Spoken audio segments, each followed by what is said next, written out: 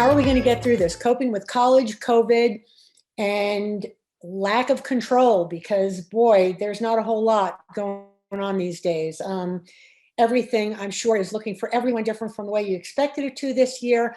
I think that we all thought that we'd be through with COVID by the start of this school year anyway, and it just seems to have kept going on. And for those of you who are in your senior year of high school, it must be very stressful.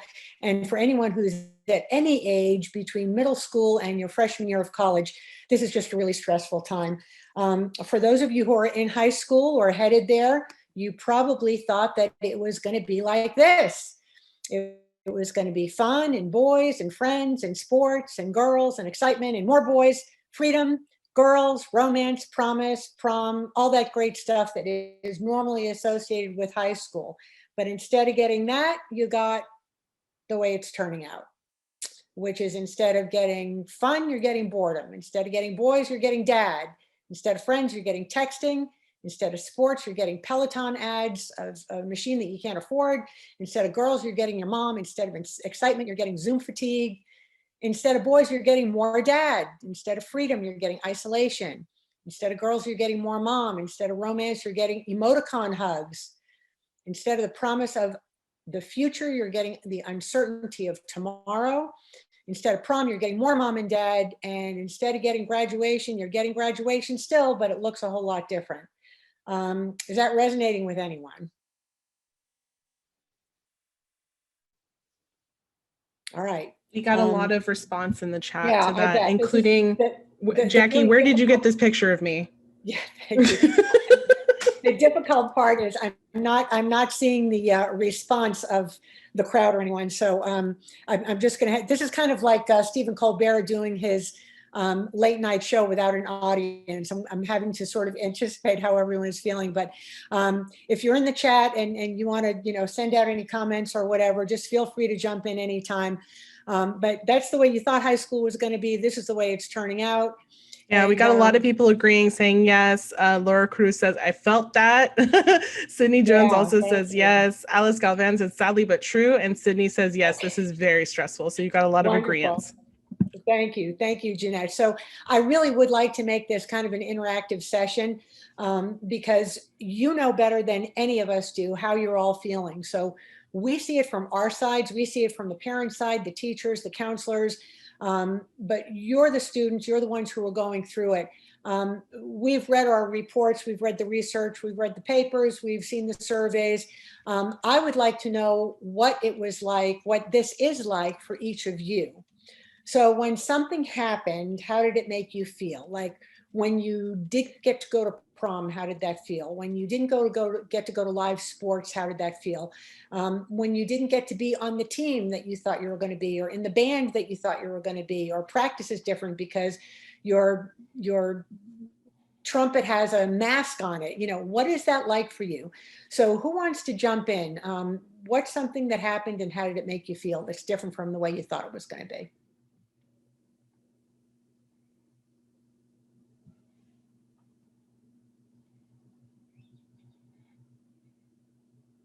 Tanya?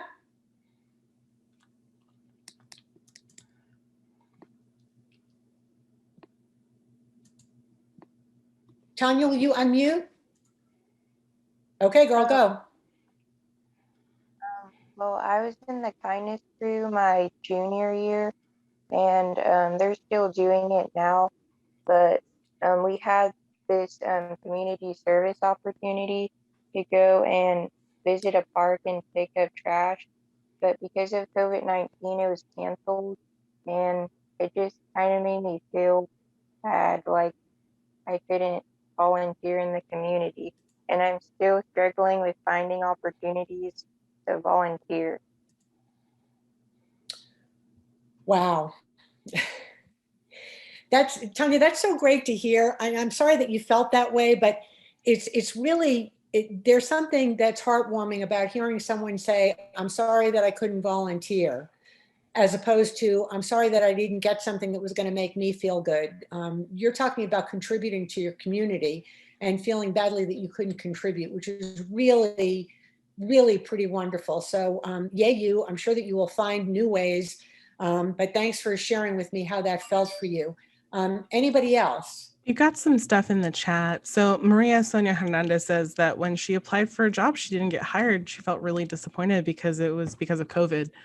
And then also Nadia Padilla says that classes virtually have been the biggest challenge for them.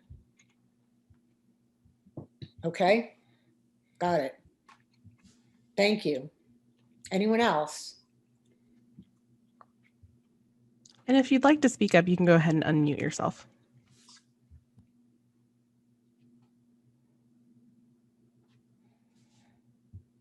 What was it like when you found out that you either could or could not go back to classroom learning? Because I bet that there were some people who felt happy about going back and some people who might have felt like, I don't know, are people going to wear masks? Is it going to be safe? How did you all feel about that? Anyone? Disappointed, less concerned about the social distancing and masks and more concerned that I was going to lose my camaraderie with my small little groups that I had made together where we studied together in rooms, and I don't like discussion boards. So being able to actually interact with professors was really hard to find out that it was still going to be the same way. Right. Of virtual. Yeah.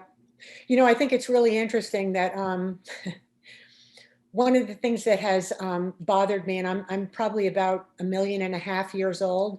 So I was actually born before cell phones, if you can imagine that there was such a time.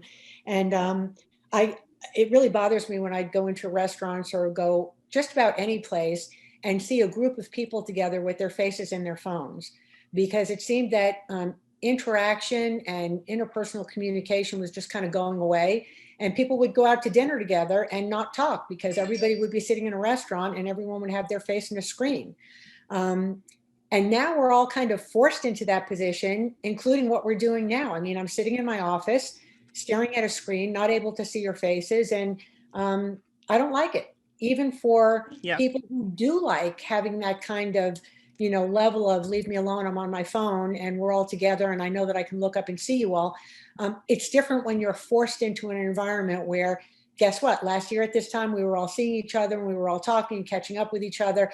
And now we're like unmuting ourselves and everything else. So I can tell you when that happened, I felt not disconnected because we're still connected, but it felt less than for me.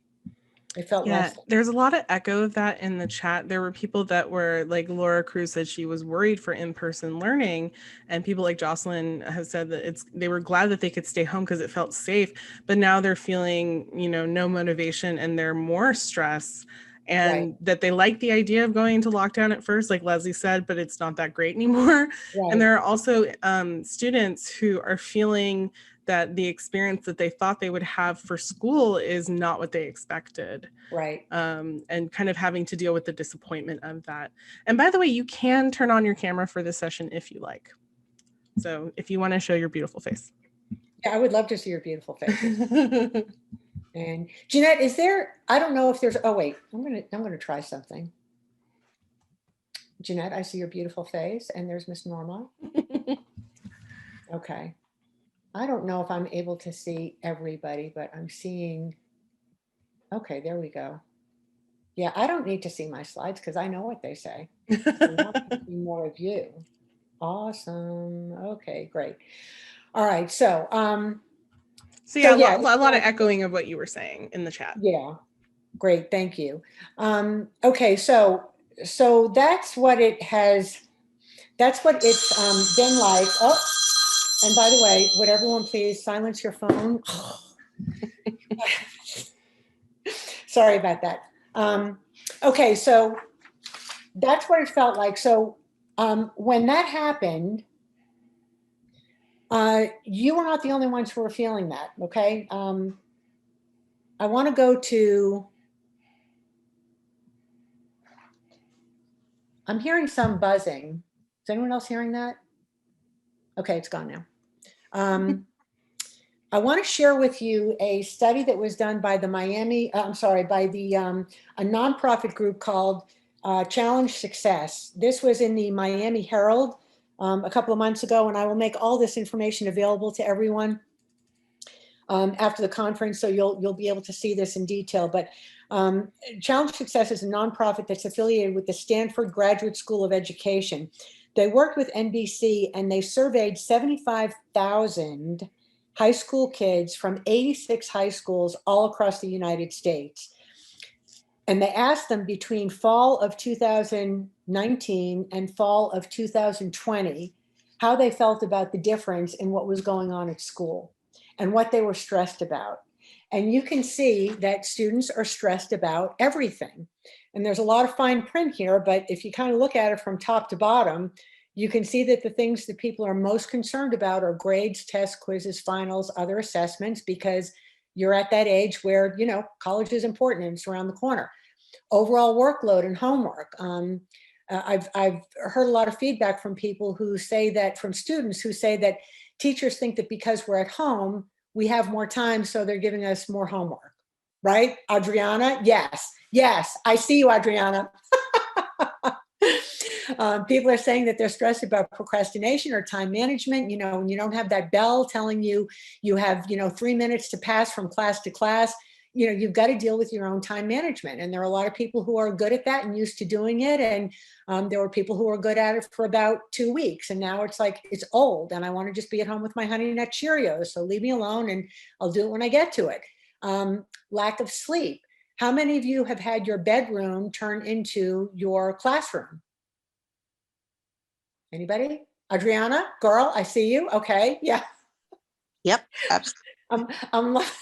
I'm loving the visuals here. So really, like, anyone who wants to take off your camera, it really is fun to see the reactions out there. Or your kitchen table. What's that? Your kitchen table, yeah. The boundaries between home and work have eroded. Right, absolutely, yeah. So when that happens, lack of sleep happens, because when your bedroom is no longer your bedroom and it's your everything room, it becomes your dining room and your classroom. And it's just, it becomes harder to sleep when that room is everything for you. College in your future, that's a big thing. And we're talking about a lot of that today. A specific class or classes, lack of time to play, relax, or be with friends and family, because after all, you're spending all of your time with family, and sometimes it's playing and relaxing, and sometimes it's wanting to smack your sister upside the head. So it's just not, it's not like a lot of fun going through what you're going through. Sports is down there, halfway down. If you're an athlete, you don't get to participate in sports the same way. If you are not an athlete, but you just like going to, events, you can't go to events anymore. And how much fun is it when you have to stay 6 feet away from everyone anywhere? Money and finances, trying to figure out, do I get to go to college at all? Do I get to go to the colleges that I thought I was going to be able to go to? And all of that stuff. So high school students are stressed about everything. Now let's go back to what you were stressed about. We talked about what happened, how you felt about it. I'd like to go back now and talk about what you did about it. So we talked about, here's what that was like for me. So I'm going to use an example. When I didn't get the SAT score I expected, I felt angry. Now let's go to, here's what I did about it. So when I felt angry, I yelled at my sister, drove to Chick-fil-A, got 3 12-packs of chicken nugget meals, all for myself. Let's hear some examples from all of you. When you felt X, what did you do about it? What was it? What did you do about it? Let me hear from you.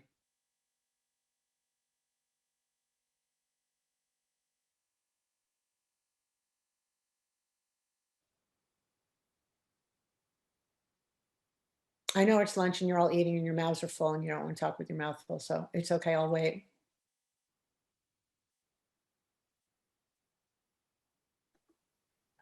When I got rejected for a scholarship, I applied to 10 more. Good for you.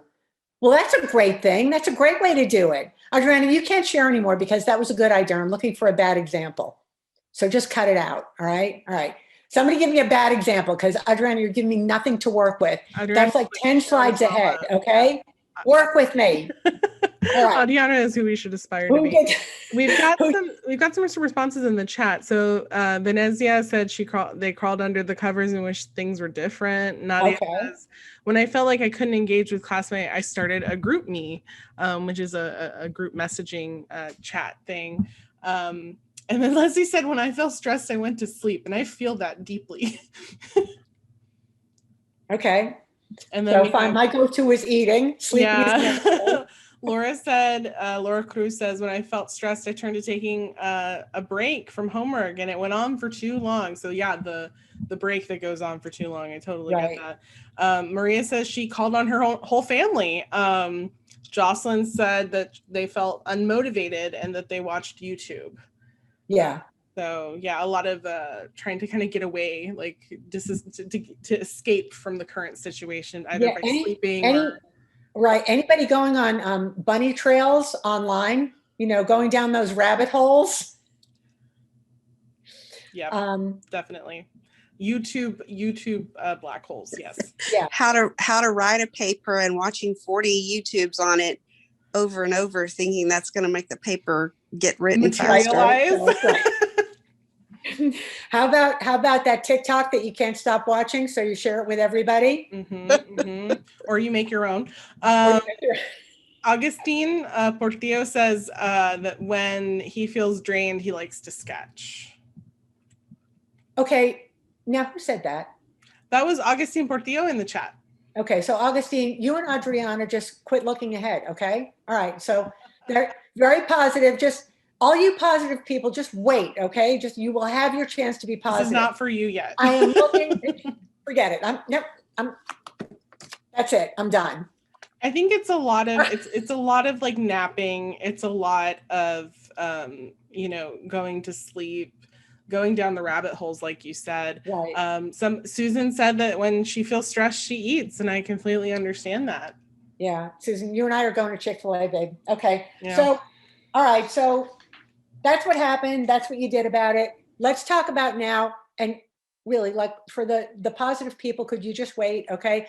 For some of the people like me who have problems stressing and coping, because after all, that's what this is about. So if you already know how to cope, just get off the call, just get off the phone, just be done. All right. Just don't leave. We still want you here.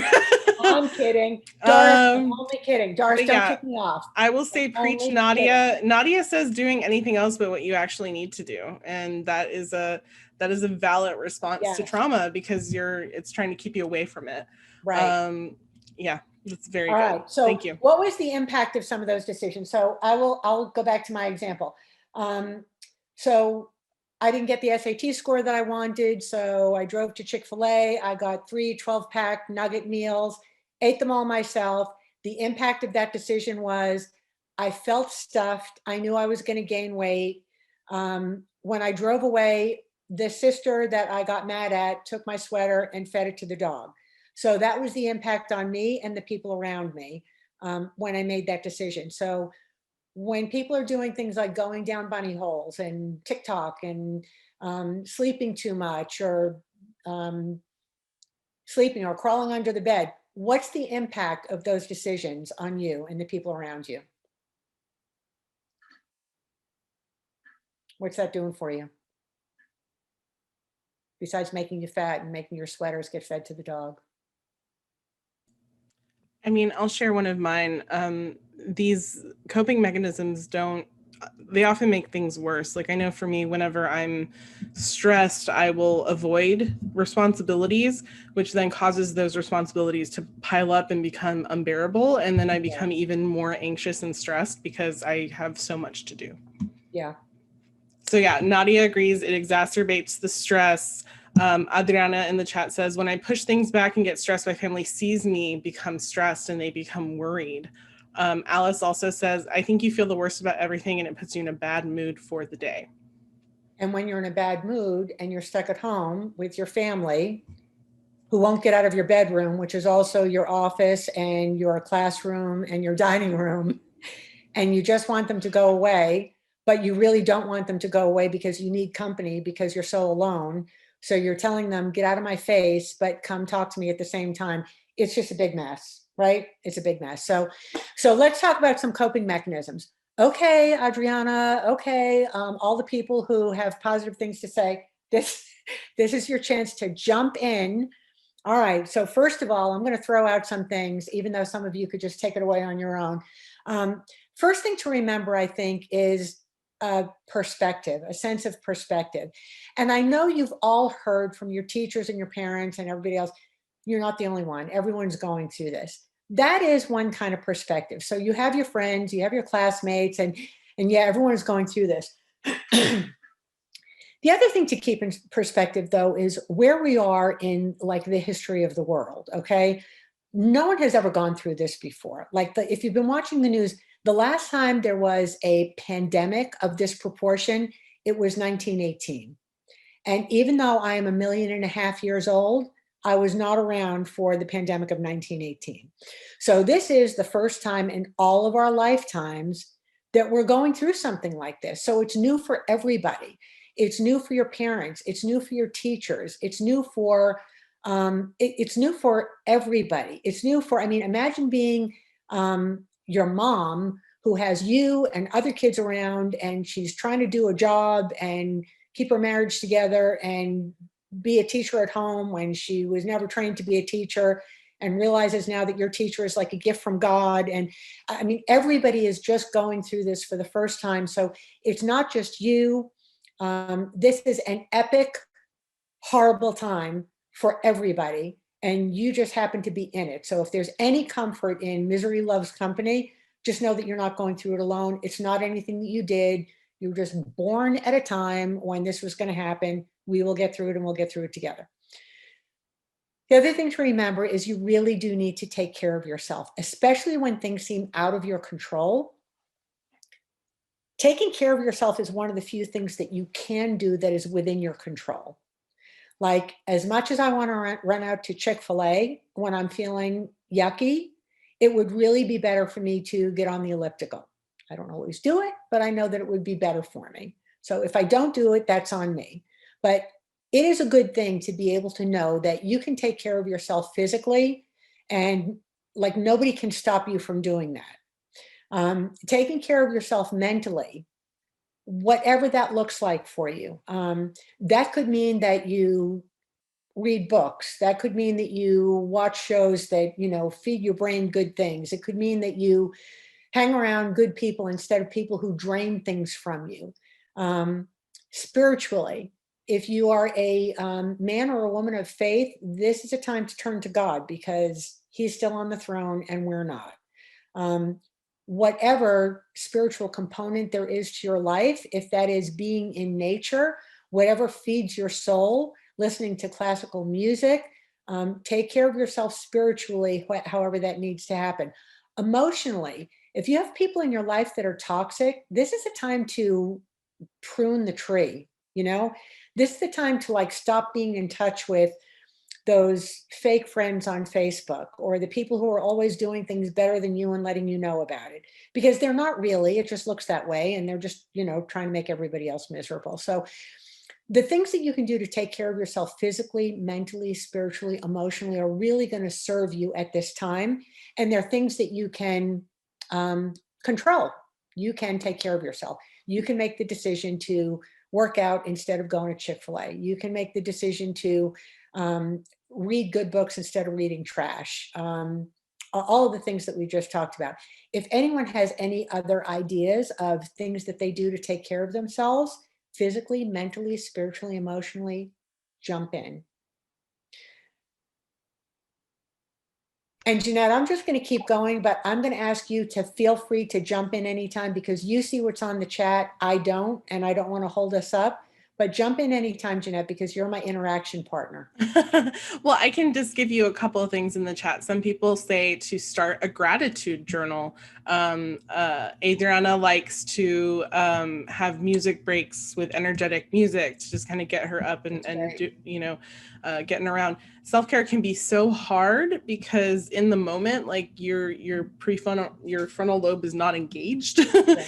And so I suggested write down things like activities that make you feel better and then put them in a jar. And then when you're stressed, just go to the jar, open it, and pick one of the things to do. I like that. That way there's no, like, you prepared beforehand, but it's not like, oh, what do I have to do? What do I have to think? You can even color code the things. Like if it's going to take 40 minutes or 20 minutes, put it on a blue piece of paper, a red piece of paper, whatever system. I hope you guys are taking notes. Yeah, definitely. That's great. We got meditation. I said, stop doom scrolling. People like to go out in nature. Dr.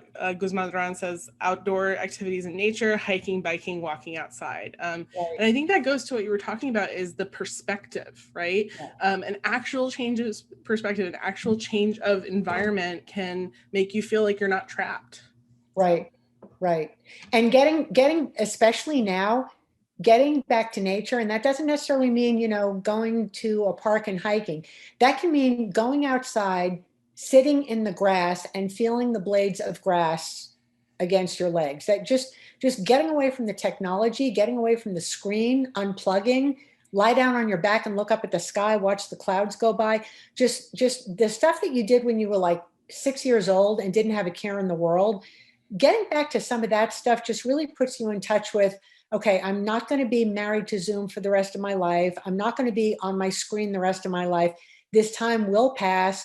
God created the world and, like he knows what he's doing. So sometimes just getting back to nature can give you that sense of balance that it's not always going to be like this. The next thing is own your feelings. Don't let them own you. So if you're feeling sad, you're feeling sad. You are not sad. You are feeling sad. It's a feeling. It will pass. It's okay for you to feel that way. Don't try to make yourself not sad. If you're sad, you're sad. Doesn't mean you have to wallow in it. When you're wallowing, then it owns you. Then it's driving you. But if you can learn to like step back and acknowledge and recognize what's going on, I feel tired. I feel happy. I feel pissed off. I feel jealous. I feel fat, whatever you're feeling. I keep going back to fat, don't I? I just like OD'd on the Honey Nut Cheerios this morning. But whatever it is that you're feeling, own the feeling. Don't let it own you. I don't know if you remember your parents telling you, when you were kids, like don't call each other names, or, your brother isn't stupid. He might have said something stupid, but he's not stupid. It's kind of that thing, like label the feeling. The feeling is not you. Okay. So it's okay to have it, but don't let it have you. All right. Let's go on to a few other things. Establish a routine. If you're someone whose life is kind of, go by the seat of your pants, sometimes it can help to establish a routine. You're not on anybody's clock right now, so make your own clock. Give yourself a calendar. If this is what time I'm going to wake up every day, and then I'm going to work out, and then I'm going to have some meditation time, then I'm going to do schoolwork, then I'm going to take another break, then I'm going to have something to eat, that, whatever. Establish a routine if you're the kind of person who doesn't normally have a routine. Just do something a little different. If you are a person who is a slave to routine, change it up. Give yourself half a day to do nothing. Make dates with yourself to do nothing, because doing nothing is relaxing. It is recreating. The word recreation means recreate. And sometimes you need to stop to be able to recreate. So if you have a routine, change it. If you don't have a routine, establish one. Just try to do something a little bit different so that you feel like you have some control over your life and you're making something different because you choose to, not because the world is telling you life is different now. Find new things. And Jeanette, this is something that you mentioned earlier. Journal. Learn a new skill. You probably, like, the last thing in the world you probably want to do right now is think about like, oh yeah, I think I'm going to learn a language.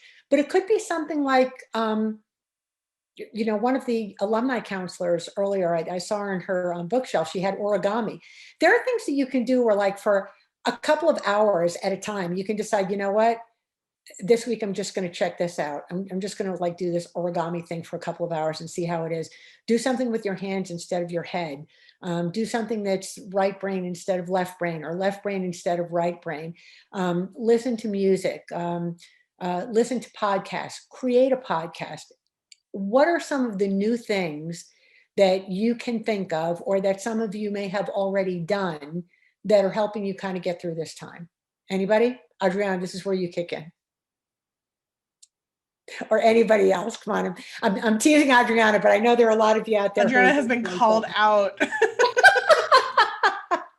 I took up bullet journaling in the summer. That was a new skill. Bullet Wasn't very good journaling? at it. Yeah. I like that. Tell me more. I try to get like multiple journals and then like use colors and stuff, because I used to love like those colors. I started it, but then my assignments got too much for the journal. So I had to get a planner. All right. Great. Like that. All right. Who else? Jeanette, any input from the chats? We've got Susan Hamilton, who said that they found a podcast to listen to by Brene Brown. Good. That has really helped. People are like, share the link, Susan. Yeah.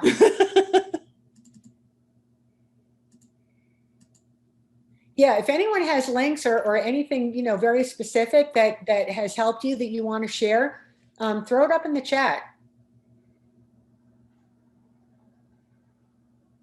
So another skill, I want to make sure that I watch our time, because we're just having so much fun here. I want to make sure we get through everything. Reframe disappointment.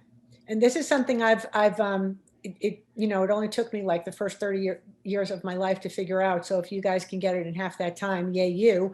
I used to go to bed every night thinking about what I didn't get done. And it just seemed like the most normal thing in the world, because, you go through your day, you get done what you can. And I'm kind of a productivity, like that's what drives me. How much did I get done? How much can I get done? What do I have left to get done? And I went to bed every night thinking about, I didn't get this done. I didn't get that done. This is what I didn't get to. And it would just stress me out. And I'd go to bed thinking of that. And someone said to me, why don't you go to bed and think about what you did get done? I'm like, well, because that's too easy. That's why. Why would I do something that's easy? But I started doing that. I started going to bed at night and thinking, okay, I did clearly I had the same hours in the day that everybody else did. I wasn't sleeping through them all. I got some stuff done. I usually got a lot of stuff done. I wasn't giving myself credit for what I got done. So when you're disappointed about something, try reframing it. Try reframing it. Well, as an example, my daughter was going to be coming home for Thanksgiving. It was during COVID. She was being careful and blah, blah, blah. And we were all just kind of, thinking up why it was okay for her to come home for Thanksgiving. And she was at the airport and got a phone call that someone that she works with had been exposed to COVID. And she was literally at the airport with her bags packed, and she had to turn around and go home. And I don't know who was more disappointed, my daughter or me, but I said to her, maybe that was God's way of letting you know that you shouldn't have come home. Maybe you were going to be seated on a plane next to someone who had COVID. And this is his way of saying, you know what? You weren't listening. Your mother wasn't listening. You shouldn't have been going home for Thanksgiving anyway. So I'm going to step in.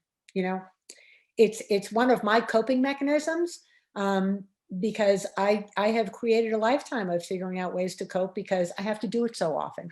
Okay. Anybody else have a disappointment that they have reframed, or has anyone gotten any skill with that? Because it's a good one. How about if I don't get into the college of my choice, maybe that wasn't the one that I'm supposed to go to? I can definitely share one. I was trying to get a job as an instructional designer, and I had tried so many times at this particular university to get this position. I did so much work. I met with people who were in the division, and then all of a sudden the division had left, and I didn't get hired, and it was devastating. But I think it was a sign. It just let me know that I think when you don't get a job, you can be so disappointed because you feel like it's like you're not good enough. But it's just you're not a good fit. And you don't want to be someplace where you're not a good fit and you don't feel good. And so for me, it was like, I got to get out of here. I have to cast a wider net. And so that's Yeah. kind of how I reframe that, because it was devastating to not get that job that I've been trying for months for. Right. So yeah. And Laura in the chat says, if I didn't get a scholarship, maybe someone who needed it more got it. Oh, I like that. It's a good one too. I like that. I remember I was with my mother once when we were out shopping someplace, and somebody stole her purse.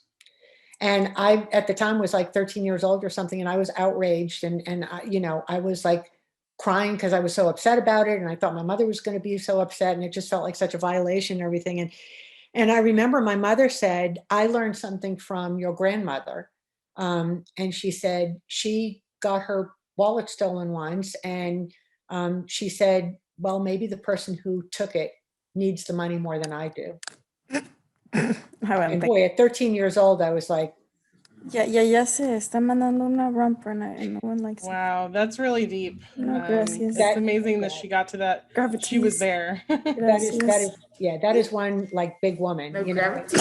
And that was my mother. I mean, that was 3 generations of wisdom coming down. That was my mother telling me, you know, this is what my mother said. And you know, that I was 13, and that was a long, long time ago, and I have never forgotten it. So sometimes when bad things happen, you know, it's in retrospect, sometimes it's because something better is going to happen for you. Maybe, Jeanette, the job that you didn't get was because there was a better one, you know, but you wouldn't know that until later on, and you'd look back in retrospect and say, that's why that happened. So another thing I'll add is because we're all getting our groceries delivered, I had ordered groceries and they delivered it to the wrong house. Like, it never came to my house, and I was frustrated and angry, but then I was like, hey, some family got free groceries.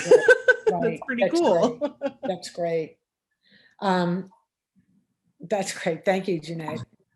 My mother-in-law had her cashmere coat stolen when we went one Thanksgiving to help do a meal at the Union Gospel Mission. And her comment was, well, I guess somebody needed that coat more than I did. Did it have to be cashmere, though? That was nasty. That was nasty, but wow. Yeah, very big. And those things really do make you bigger than you already are, you know, when you can look at something from that perspective. So that's great. Was that Susan who just shared? Yes. Yeah, thank you, Susan.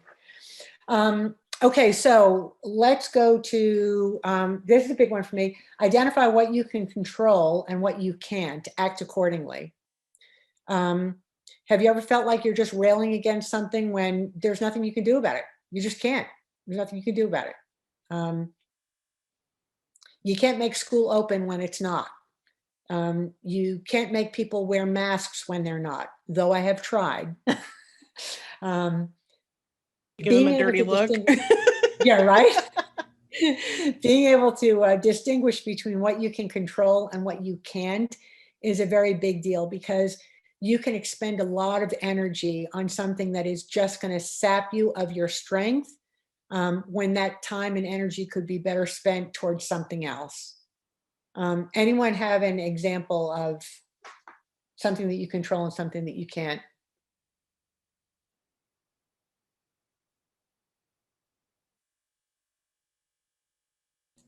I mean, the big one is like, I can't control when this pandemic is going to end. Yeah. You know, so all I can do in my little corner is make sure that me and my family are safe. Right. And that we're safe when we go out. And that's all I can really do. You know, I wish it was over, but I can't snap my fingers and make it so.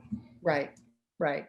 But what is in your control is safe distancing and washing your hands and wearing a mask. So, and that's, you know, that's something that we're all experiencing, Jeanette, and it's a great example, because I sometimes get very frustrated when I see people not wearing masks, and I hear on the news, if everybody wore their masks, we could be over this in 4 weeks. And I just want to go up and grab people by the throat and say, like, what part of this do you not get?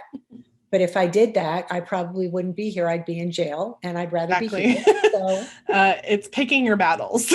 Yeah, exactly. But you know, the only place that I have to go with that is, this is what I can do about it. You know, I can let people in my world know that it's important to me. When people come to my house, I can stop them at the door and hit them with hand sanitizer, you know, throw bleach at them and, you know, productive things like that. Tanya wants to add, you can control how you respond to others, but you cannot control others. That's really speaking to the heart of what you're talking about. Absolutely.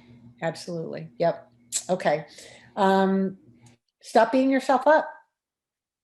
Be good to yourself. Reward yourself. I think that sometimes when we are alone with ourselves as much as we are, it's easy to find things to beat yourself up over. I'm not good enough at this. I'm not, I don't do this well enough, or I should have done that better, or whatever. Stop beating yourself up. You know, again, I am a woman of faith, and so I go back to this a lot. If it doesn't resonate for you, doesn't resonate for you, but if it does, take it for what it's worth. When I start beating myself up, I remind myself to stop seeing myself as I see myself and to start seeing myself as God sees me. Because I know he loves me, and he very often loves me more than I love myself. So I just have to kind of remind myself of that and give myself a break sometimes and be good to myself. And sometimes I will reward myself with incentives. Like as soon as you hit the 10-minute mark on this blasted elliptical, you can get off. That's going to be your reward. And then when you get off, you can have yogurt, or after you have, you know, finished this task, you can give yourself a manicure or soak your feet or whatever. But, you know, rewarding yourself for little things and finding ways to do that, to be good to yourself, is really another way of controlling what you can control and being good to yourself at the same time. It's kind of the flip side of being accountable. There are those of us who are not accountable for anything, but those people don't come to college leadership seminars on Saturday mornings. So I am talking to those of us who are highly accountable and are always looking to do the best that we can for ourselves. And sometimes that makes us be hard on ourselves. So give yourself permission to be good to yourself and give yourself a break and do something nice. Let's see. Social media. Recognize that it's not real. Okay, all those people doing the duck face poses, they don't really look like that. You know, they got dressed for, you know, 45 minutes of makeup and fake lashes to look that good for the selfie that they took. It's not real life. This is real life. The way we look on Saturday morning, this is real life. It's easy to go down those rabbit holes on social media. It's easy to get addicted to the news, but recognize that it's all slanted. The bigger picture here is recognize what's truth and what's commentary. Recognize what's a fact and what's a lie, because the world is getting very, very, very unreal these days. So go back to what's real. Go back to your family, go back to your friends, go back to what you know is true. Stop looking at stuff online and thinking that's the way it is. Stop listening to people who are telling you that a chair is a plane, because you know that it's not, it's chair, no matter how many times somebody tells you it's a plane. We're living in a world where, you know, truth is getting very nebulous out there, and it doesn't need to be. So again, recognize what's real and what's not, recognize what's fact and what's commentary, and act accordingly, because it can be very dangerous to go too far away from truth and facts. All right, let's move on to helping others. Someone mentioned, and I'm sorry, I forget who it was, Tanya, maybe in the beginning, said that she was disappointed that she didn't get to volunteer. Did I get that right? Was it Tanya? I believe so, yeah. If not, call us out. All right. There's nothing like getting outside of yourself to make yourself feel better. Especially when we are so isolated that it seems like we are just in our own worlds and there's nobody else out there. Sometimes helping other people however you can can really take you outside of yourself and make things a little bit better. That could be being that person on the other end of the phone for someone who needs to talk. Even if you can't go out and do volunteer things physically live in person, you can be there for someone else to talk to. You can screen time somebody in another state that, you know, might want to hear from you or need to hear from you. You can volunteer your time in a different way. You can prepare meals at home and, you know, have someone pick it up to go to someone else. Anybody else have an example of how helping others has helped them cope with something that's going on in your own life? When I was going through my divorce, I started doing a lot of volunteer work, and it took my focus off myself, and I got pleasure from helping other people. Yeah. Thank you. Is that Susan again? Yes, ma'am. Yeah, thank you, Susan. Thank you for sharing that. Sometimes when things seem like they are the biggest thing in our world for us, like going through a divorce, losing a job, something really tragic and traumatic like that, that's the time when we are most apt to kind of disappear into ourselves. And it's the time when it is most helpful to get out of ourselves and not just be with other people, but help other people. So thank you, Susan. Thank you for sharing that. And then I'm going to go on to the next thing, talk. I don't have a problem talking. When I feel like I don't want to talk, I know something's wrong. There are times when I have felt like I can't talk, like literally I can't speak.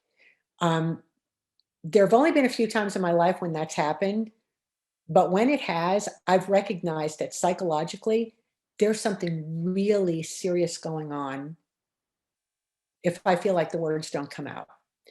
I don't know if I'm the only one who's ever experienced that. For people who are comfortable talking, it's not a big deal to talk. But even for those of us who are comfortable talking, there are times when you don't want to, and that's when you should. For people who are not real comfortable talking, get comfortable talking. That's the purpose of this segment. I want to let you know that if you are a person who is not terribly outgoing or not one to say, hey, I want to talk to you about something, this is a time to hone that skill, because being as isolated as we are can be very damaging to someone who isn't normally outgoing anyway. So where other people might want to pick up a skill or a craft or origami or learn a new instrument, this would be a time for people who are not comfortable talking to flex that muscle and learn a new skill, because it can be really helpful at times like this. And when things are going not so great in your life, it's really important to talk to somebody else about it. There is a whole profession around it called therapy. And I remember talking to one of my adult kids recently who said that, who shared with me that he was thinking of doing it. And, you know, he knows my background is in psychology and counseling.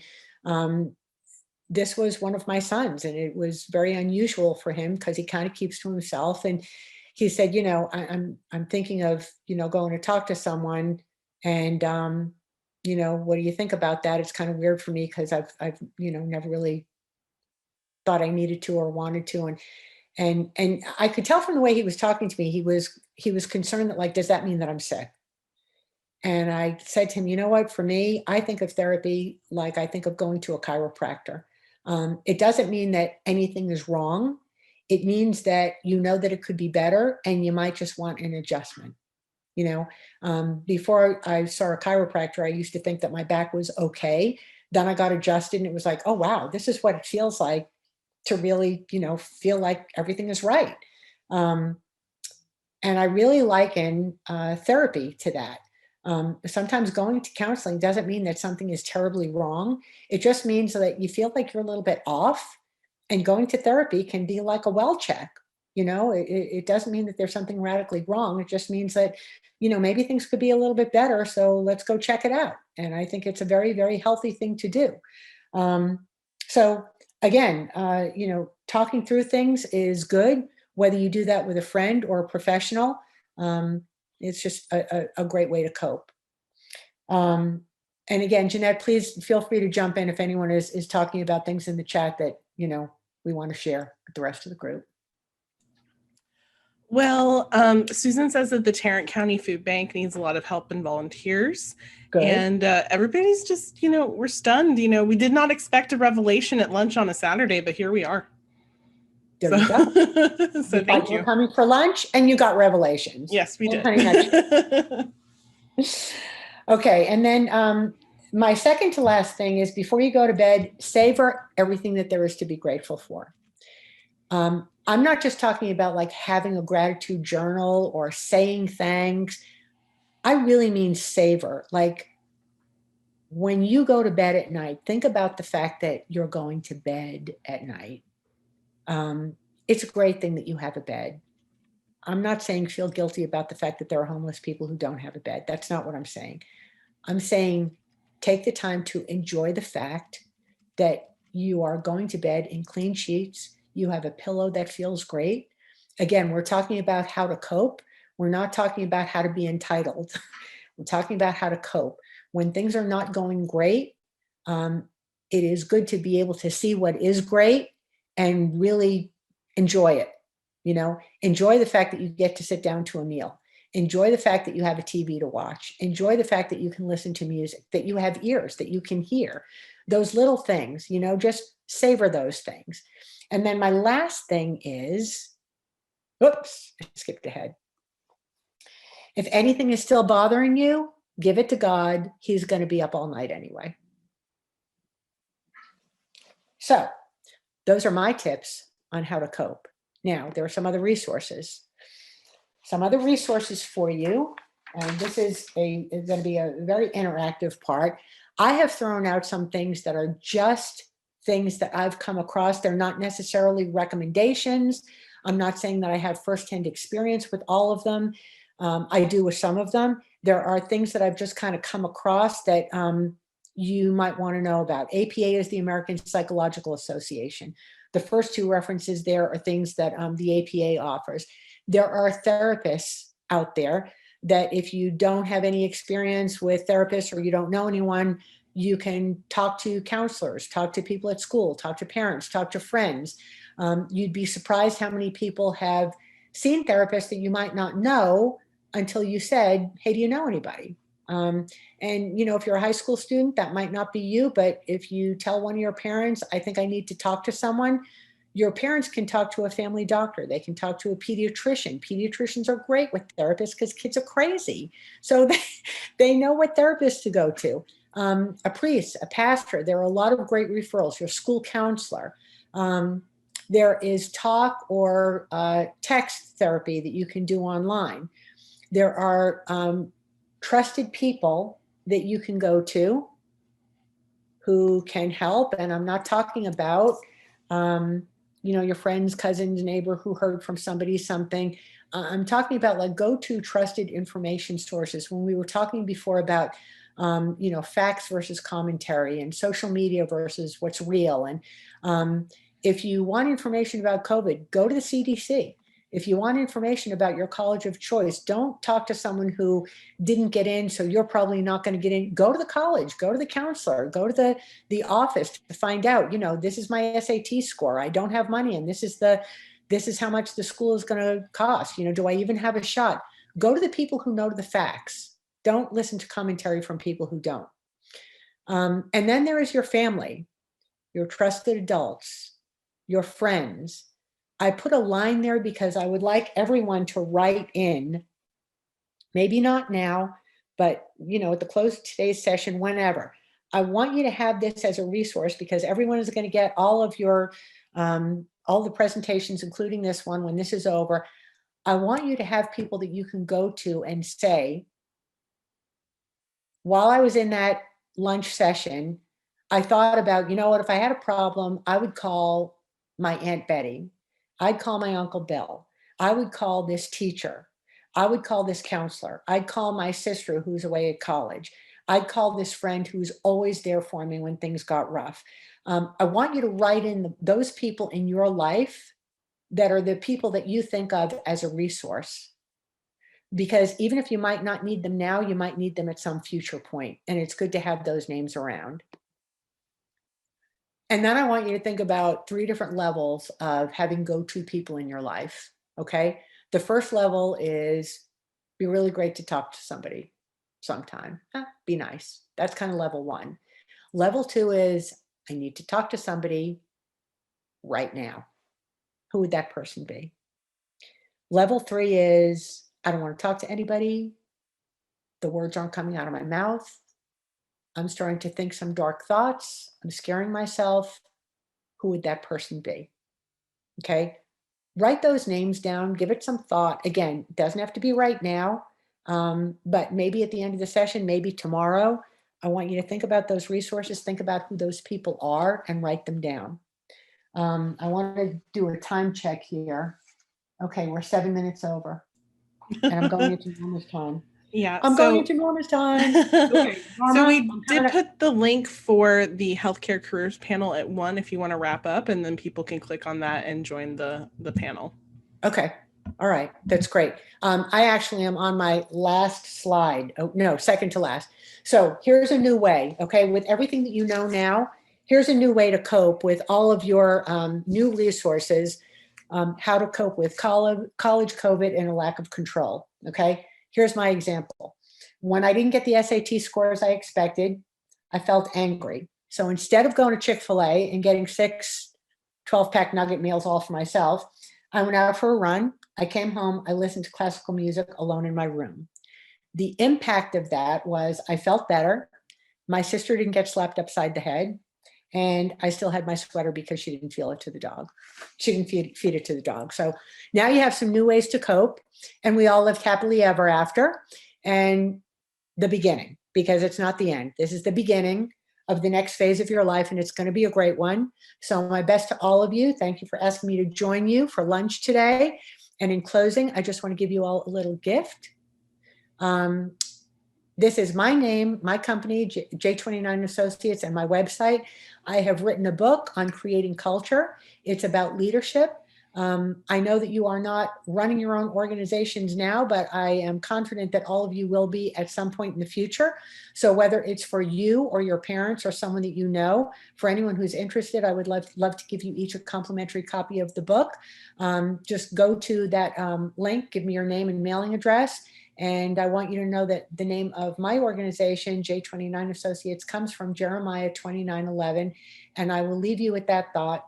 God says, I know the plans I have for you, plans to prosper you and not harm you, plans to give you hope and a future. And that's what he's going to do.